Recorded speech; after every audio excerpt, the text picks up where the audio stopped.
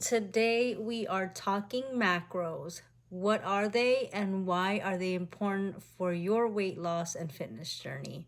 Macros are made up of three different parts: your fats, your carbs, and your proteins. And for me personally, if you've seen in some of my other videos, I am more focusing on macronutrients than I am calories. Counting your macros is definitely a step up in your fitness goals versus just counting calories. Not all calories are made equal. 100 calories of a piece of cake is not the same thing as 100 calories of a bowl of broccoli. When you get more in depth with what your nutrients look like and how they are broken down into separate parts, you start to have a better understanding of how you're nourishing your body. A lot of times when we talk about losing weight, we are so focused on caloric deficit, meaning taking in less calories than what we're putting out. And while that is a great first starter tool, it's not the one that's going to give you the best results. You will get good results with caloric deficit, but you'll get even better results if you can kick it up a notch and start counting macros. You're more than likely already logging your calories into an app. And if you aren't, then that's first things first. We need to go back a little bit. I may put a link somewhere for one of my videos about how to lose weight and making sure that you're tracking. Assuming that we've already gotten that far and we're on that step of tracking our calories, then the great thing about it is that you're already doing pretty much all of the work. You just have to make sure that you are looking at the macro section of your app. The app that I use tracks your macros for you. So as you can see here, as I'm pulling it up, it shows the calories in one section here. But then if you go towards the very bottom of the app, you will see a little box that says nutrients or nutrition. And so you click on that, and that'll take you to your macros, and it'll show you whether or not you're on your targeted macros. So next things to consider is how are we going to calculate our macros? And I've seen so many videos, YouTube videos on this, and I've done my own research, and you guys, like, I feel like it's like people to make it out to be rocket science, and it really doesn't have to be. Like, we're not flying to NASA over here. We're just watching our food intake. This is supposed to be a basic guide, so I want to try to make it as feasible and easy for you guys as possible. First of all, let me preface this by saying that it is going to be different for everyone. It also ties in with your calories. The lower your calories allowance is, your macros are going to reflect that as well. All of that is going to be lowered if your calories are lower. Other things to consider is, are you wanting to lose weight? Are you wanting to maintain weight? Are you wanting to gain muscle? Perfect example. If we're trying to gain more muscle and we're at a caloric surplus meaning we have to eat more calories than what we take out, we're not going to make that caloric surplus by eating like 3 pieces of cake every day, because that would not help with building muscle, right? That would just be gaining a lot of fat in the process. So that is part of the purpose of counting your macros in order to reach your whatever your targeted goal is. There's 2 things that I could suggest to you. One, you can go online. There's different macro calculators out there that can kind of guesstimate where you should be. Or a good rule of thumb is to have 30% proteins, 30% fats, and then 40% designated to your carbs. And I can go into greater detail about carbs. People get so iffy or concerned or hesitant with carbs. Don't be so scared or hesitant about the carbs. You need carbs throughout your day. They fuel you. They give you energy. A lot of good foods, a lot of our fruits, a lot of our veggies, they carry carbs. To some extent, it is common knowledge. We have bad carbs, cakes, your white bread, pasta, and things like that. Like, they're not the best carbs. Let's keep it real and be honest with ourselves. And then you have really good what's called complex carbs, and those are your fruits and veggies and things like beans, things that are high in fiber for you. They're all really good and healthy carbs for you. So I don't want people who are trying to lose weight to shy away from the carbs. And from the research that I've been able to do, a good rule of thumb, back to the macros and counting macros, is having 40%, at least 40% of your carbs, 30% fats, and 30% proteins. Last but not, definitely not least. And that goes to my second point. Try to prioritize your protein, and that's with every meal. So in the morning, try to make sure that protein is one of the predominant things in your meals.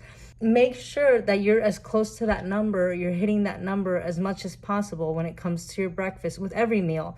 But I say breakfast because that's usually the hardest for people. And typically, if you go back to my breakfast videos, you'll see typically the foods that are promoted to us and marketed to us are not very macro, what people would call macro friendly. And they say that term, they use that term to say like, it doesn't fit within, the macros of what we should be having. We know protein to be for gaining muscle, but that's not the only thing that it's for. It's also really good for losing weight. Like, let's say you had a nice, maybe big, large piece of chicken breast, like a 6 to 8 ounce piece of chicken breast, and some broccoli on the side. That is going to keep you fuller for longer and give you more energy than, for example, a slice of pizza. And again, that ties back into the weight loss. Prioritize your protein and ensure, are you hitting that 30% of protein for your day? I want to take you back to MyFitnessPal to show you and give you a live example of what it looks like for me, what every fitness person aspires to do that virtually seems impossible. But what I would like to do is try to lose a little bit of my actual fat while also building and gaining some muscle. So I don't want to be at a caloric deficit, meaning I don't want to be eating less calories. That's not going to help me to gain the muscle. But I also don't want to be too much on a caloric surplus, meaning eating more calories than I should be, because while I do want to gain the muscle, I don't want to gain the fat.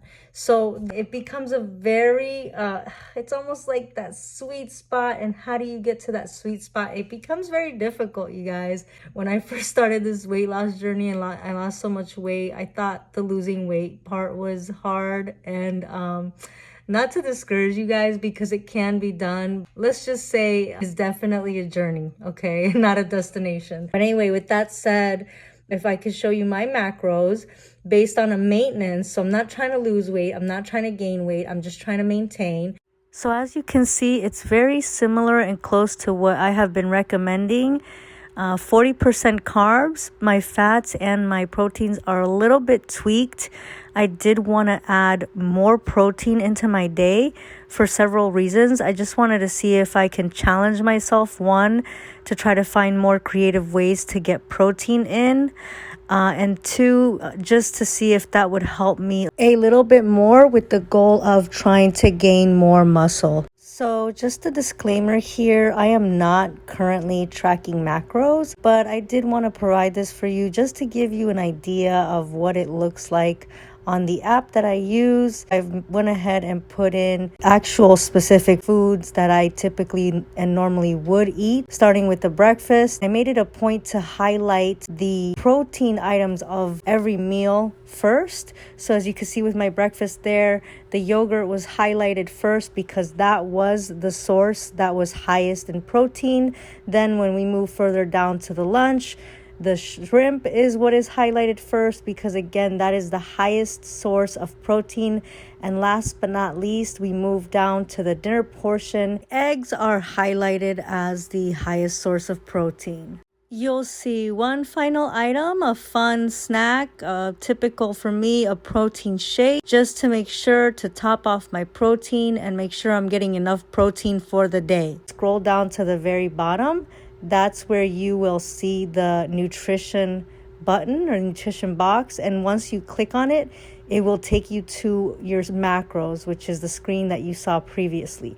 Here you can see the breakdown based again on the macros that I had chosen in the past. So this is where I said and what I mean by it will look different for everyone based on their particular calorie intake, and percentages will stay the same. But as you can see, the grams is where it will change. So if you're on lower caloric deficit, then clearly your grams for each of the three macros is going to be lower. I think it's safe to say that for most people in a fitness journey, that is probably one of the biggest challenges, is finding the right ways to get enough protein into their day. So anyway, that's all I have for you guys. Those are my tips. And yeah, if you're already tracking your calories, chances are you've already been tracking macros and you didn't even know it. Use an easy app to help you and assist you, which I have showed you here today. I really hope that you found this video helpful. Please make sure to like, comment, and subscribe. Make sure to show your girls some love. And also let me know if you enjoyed this video. Leave in the comments below if you like this video, if you want to see more of these kind of videos, or what type of video you would like to see me do next. Thanks again for watching, and I'll catch you in the next one. Love you all. Bye.